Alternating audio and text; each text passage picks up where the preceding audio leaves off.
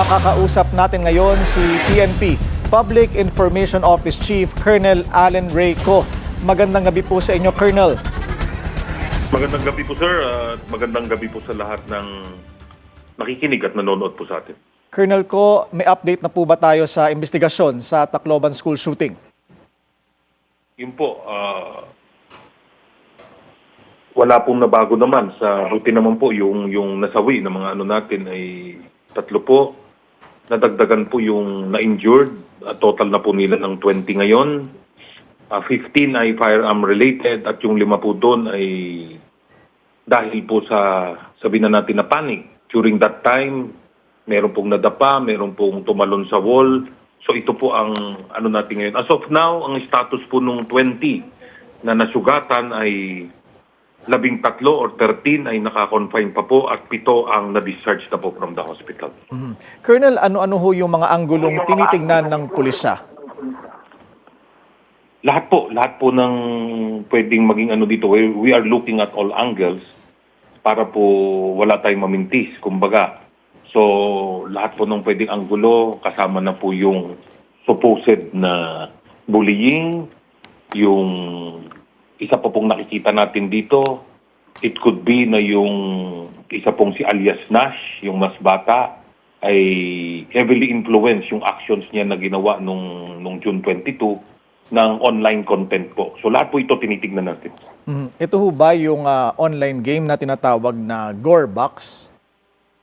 Hindi pa po natin masabi with na definitely, but we are looking at all of this, pati po yung mga posts niya na violent videos, and meron pa pong kumakalat na mga conversation supposedly nilang dalawa. Ito po yung lahat tinitignan po natin. Of course, we have to verify kung ito po ay talagang kanila. Yung properly po ang ma-prove po natin yung authenticity nitong mga dokumento na ito. Colonel, bilang bahagi ho ng investigasyon, nakausap na ho ba ng pulis ang mga magulang ng 2 minor de edad?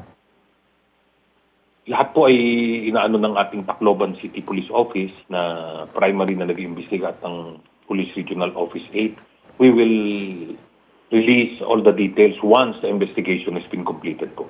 Pabor ho ba, Colonel, ang PNP sa panukalang i-lower yung age of criminal liability? Yes po. We are in favor po of lowering yung age ng criminal responsibility po. Bakit po, sir?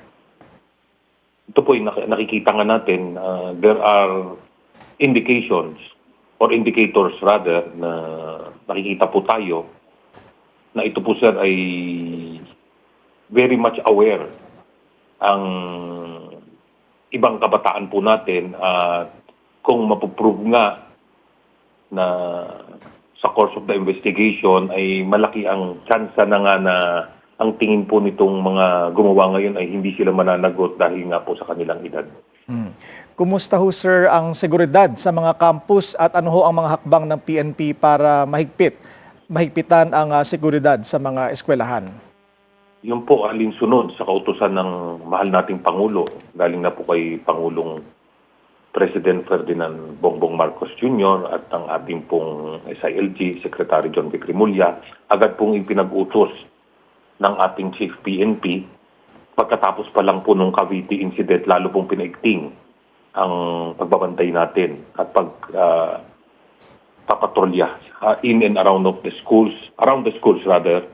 At ito po ang isa siguro na dahilan kaya nung nangyari naman itong Tacloban, ay within 2 minutes po nakaresponde ang ating kapulisan.